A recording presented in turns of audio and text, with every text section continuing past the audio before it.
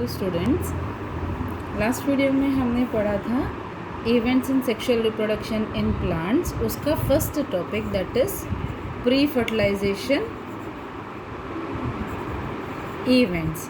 अब pre fertilization events में हमने क्या पढ़ा था कि first thing is pollination occurs, that is pollen grains are transferred on the stigma of the flower, and then this pollen grains, in this pollen grains the inner membrane extends and forms a tube like structure called as pollen tube, and this pollen tube grows through the style towards the ovule which is present in ovary.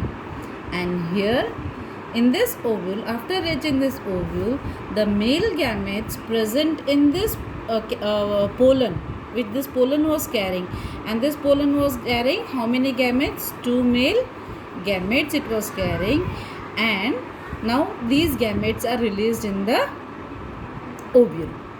So this was pre-fertilization event. The second thing what we are going to study is double fertilization. In double fertilization मतलब fertilization 2 बार हो रहा है, ठीक है। तो इसीलिए मैंने आपको ये कहा था कि इस चीज़ का ध्यान रखना आप कि पोलन ग्रेन में कितने मेल गैमेट्स प्रेजेंट हैं? 2 मेल गैमेट्स प्रेजेंट हैं, both the male gametes with half the genetic material.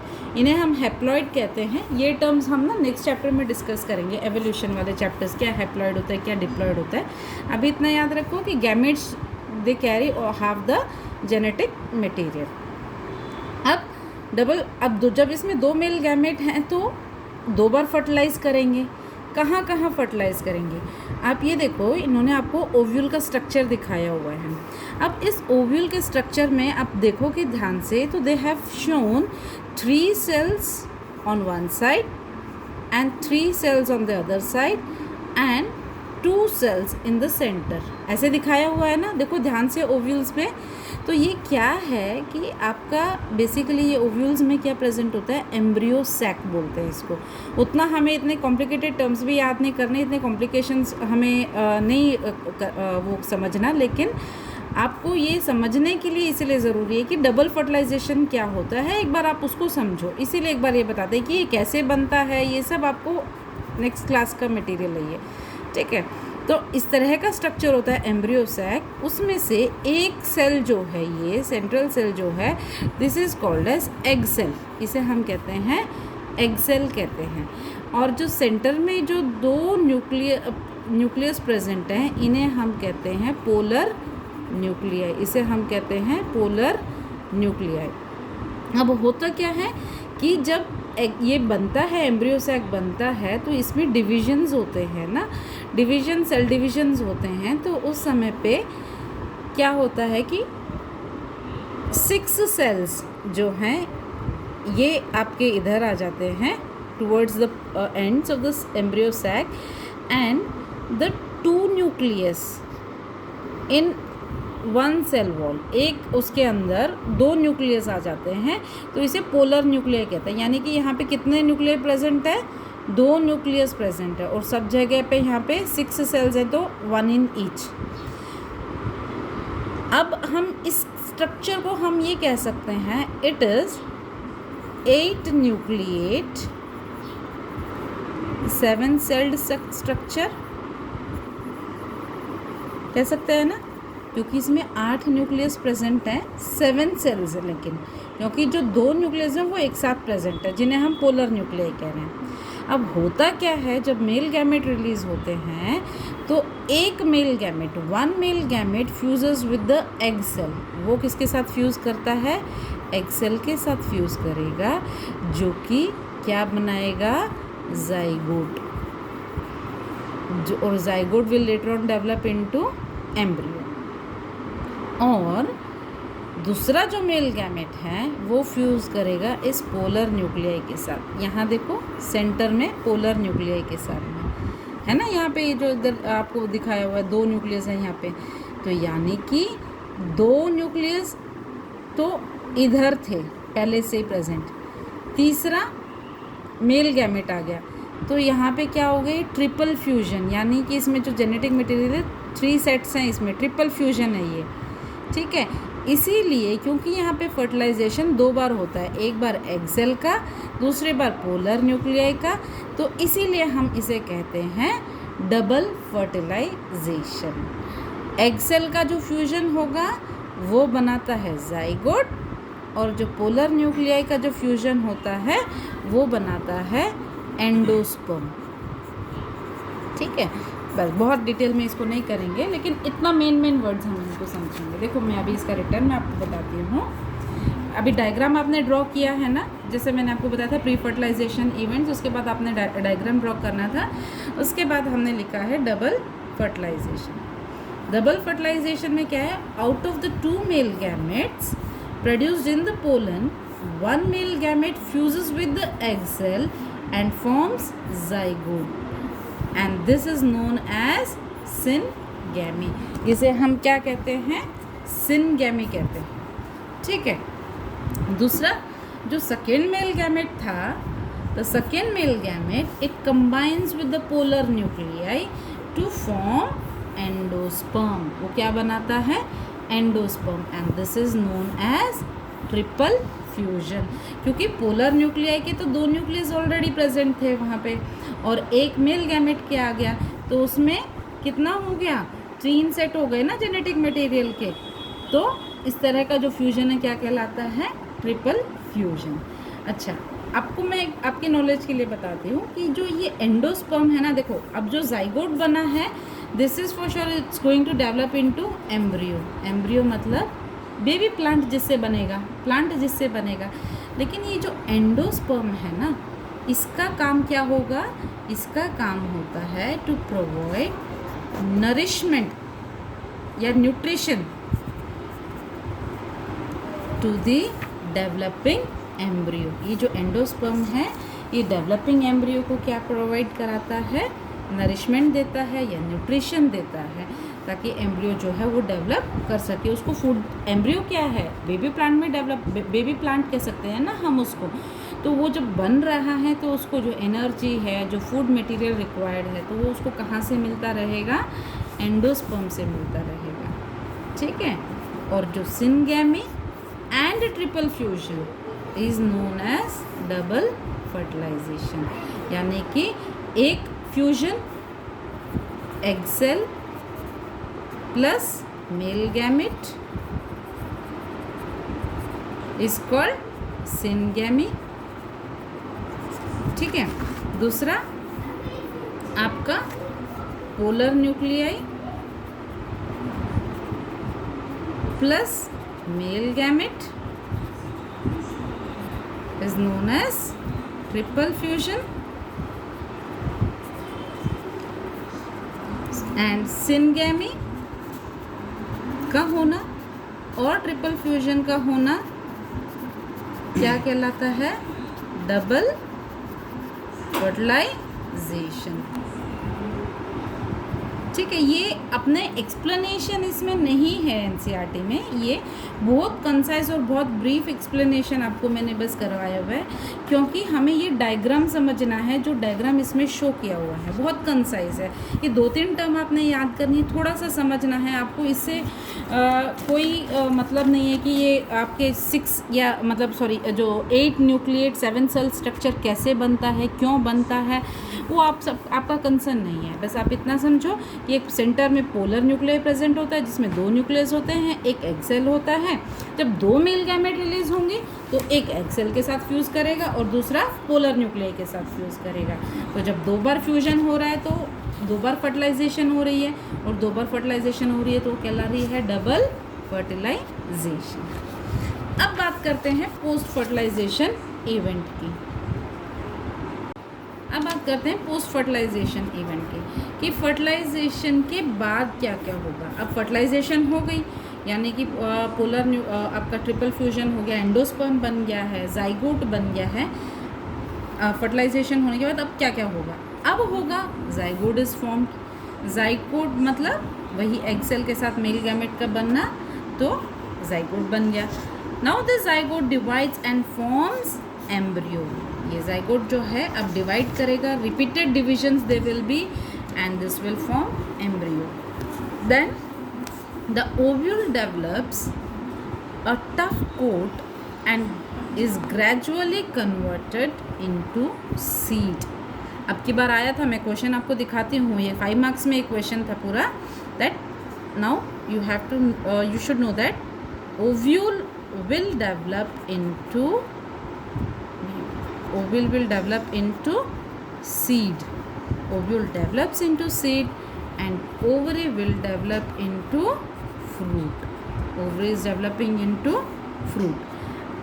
After this activity, जैसे फर्टिलाइजेशन हो जाती है, जाइगोट बन रहा है, उधर जाइगोट के बाद एम्ब्रियो बन रहा है, तो उस दौरान, उस एक्टिविटी के दौरान क्या होता है, जो फ्लावर के जो बाकी पार्ट्स होते हैं ना, जिन्हें हम जो एक्स्ट्रा आपके ओवरी के अलावा जो एक्स्ट्रा पार्ट्स हैं, सेपल्स हैं, पेटल्स हैं, तो दे ऑल फॉल ऑफ. उनका टाइम पूरा हो चुका है, उनका काम पूरा हो चुका है, and the flower parts all fall of. आपने देखा भी होगा अभी ये जो आपके जो ये लगती हैं ना फ्लावर्स, ये क्यूकम्बर वगैरह के जो कई बार तो ये बॉटल गार्ड जो है, घिया की बेल हम लगा लेते हैं, किचन गार्डन में हम लगा लेते हैं.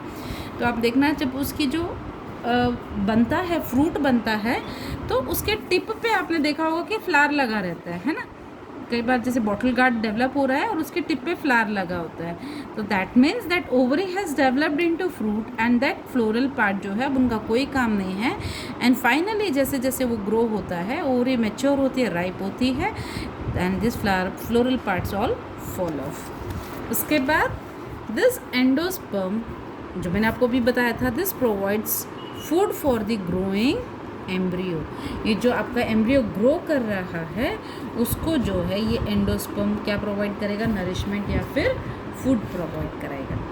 अच्छा, अब एक छोटा सा एक्टिविटी है आपका कि सीड का, आपको सीड का स्ट्रक्चर स्टडी करना है.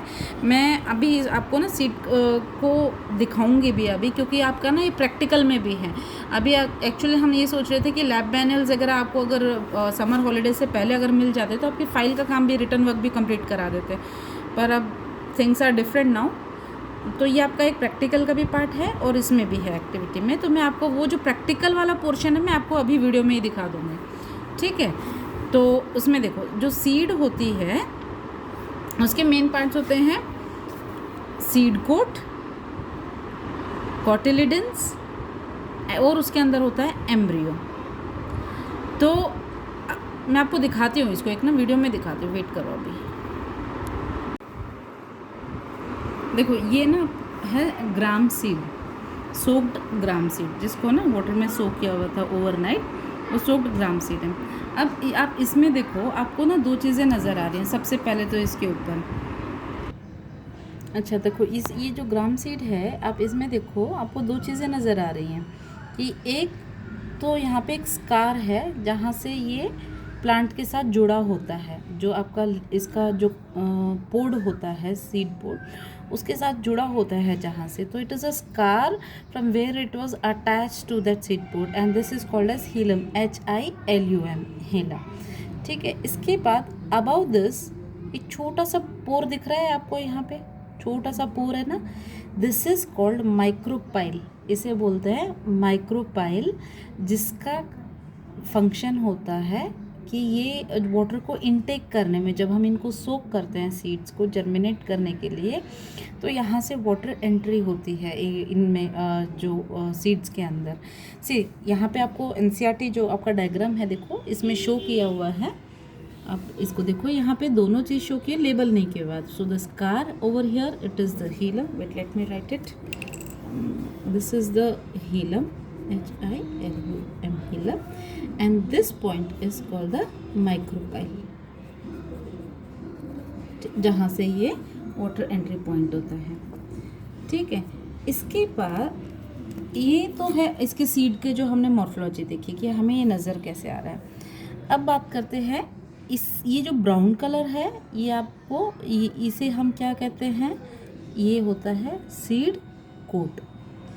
तो मैं आपको इसमें एम्ब्रियो दिखाऊंगी कि एम्ब्रियो होता कहाँ है सीड में. आज तक आपने पढ़ा ज़रूर है लेकिन देखा नहीं होगा इसको, एम्ब्रियो को. शिट, ये तो टूट गया. तो ये जो है ब्राउन कलर का जो मैंने अभी हटाया है, ये क्या है? Seed coat. ये जो ब्राउन कवरिंग था, ग्राम सीड की हम बात करें तो ये है सीड कोट।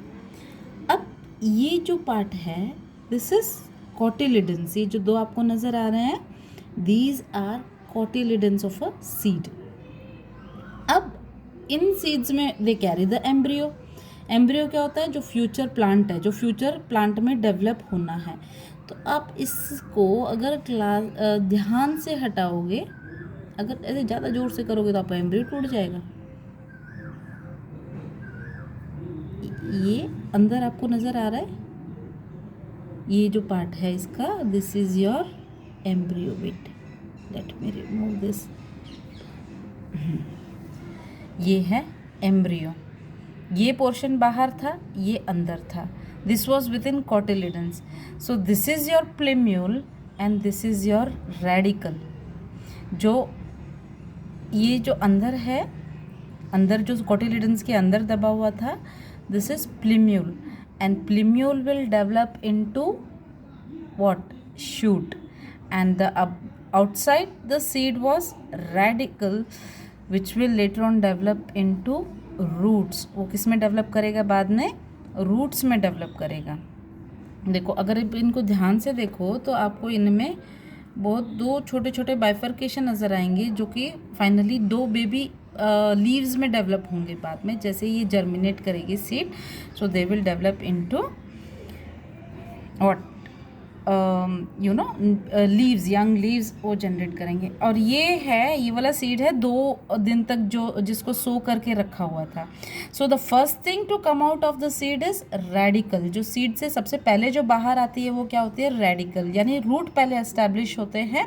फिर उसके बाद जो है ये जैसे ही जर्मिनेट करेगी, it will form a hook and then this this one cotyledons and the baby leaves will come out of the this one soil, वो इसके साथ पे बाहर आ जाते हैं। तो अब ये देखो, इनके अंदर आपको दिख रहा है।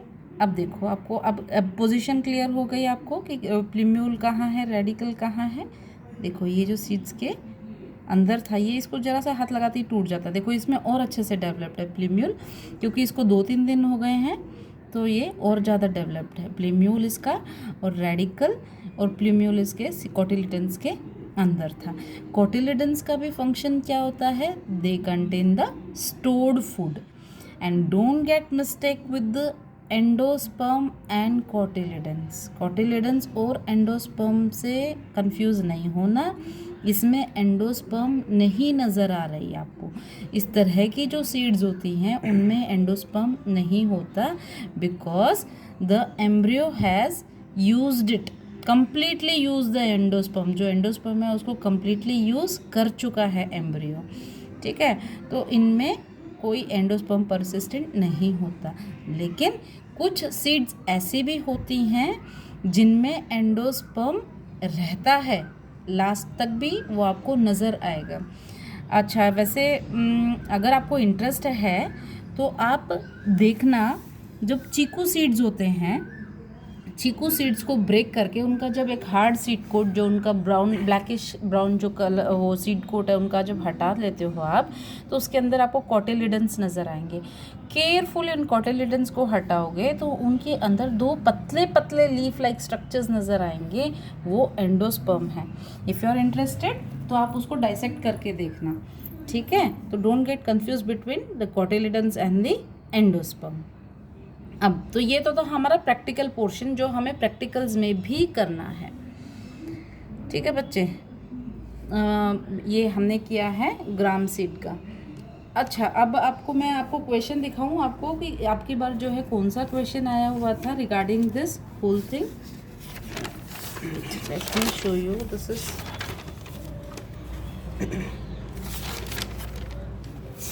5 मार्क्स में था एक क्वेश्चन। हाँ, यस, सी, इसको नोट करना है इस क्वेश्चन को। Draw a neat diagram showing fertilisation in flower and label. यानी डायग्राम आपने कौन सा ड्रॉ करना था? फर्टिलाइजेशन इन फ्लावर शो करते हुए ये वाला डायग्राम शो करना था। क्योंकि इसी में आपको फर्टिलाइजेशन नज़र आ रहा है, यानी पोलन ट्यूब भी आपने शो किया हुआ है, मेल गैमेट भी शो किया हुआ है और यहाँ पे फीमेल गैमेट भी शो किया हुआ है, ठीक है। Then pollen tube you have to label, male germ cell you have to label, female germ cell you have to label on this diagram. Now you have to explain the process of fertilization in the flower.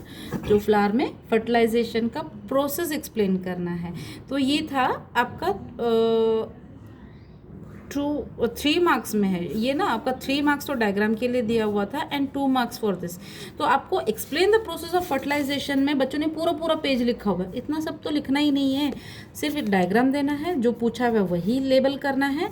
इसके बाद process of fertilisation in flower explain करना है। Explain में सिर्फ आपने ये बताना है कि पोलन जो है it reaches the stigma, germinates, pollen tube is formed, pollen carries the male gametes are released, points में लिखो, male gametes are released in the ovule where fertilization occurs, उतना लिखना है। Then they have asked what happens to ovary and ovule after fertilization, कि ovary और ovule का fertilisation के बाद क्या होगा। Ovary develops into fruits and ovule develops into seeds. इतना आपको लिखना था 5 मार्क्स के लिए, टू द पॉइंट आंसर, बहुत इजी स्कोरिंग था ये क्वेश्चन। बाकी लेट्स सी आप लोगों को क्या कुछ आता है। बाकी इस क्वेश्चन को आप लिखोगे, ठीक है, और अपने वर्ड्स में इसको आंसर करोगे, ठीक है। चलो इसको लिखना है इस क्वेश्चन को।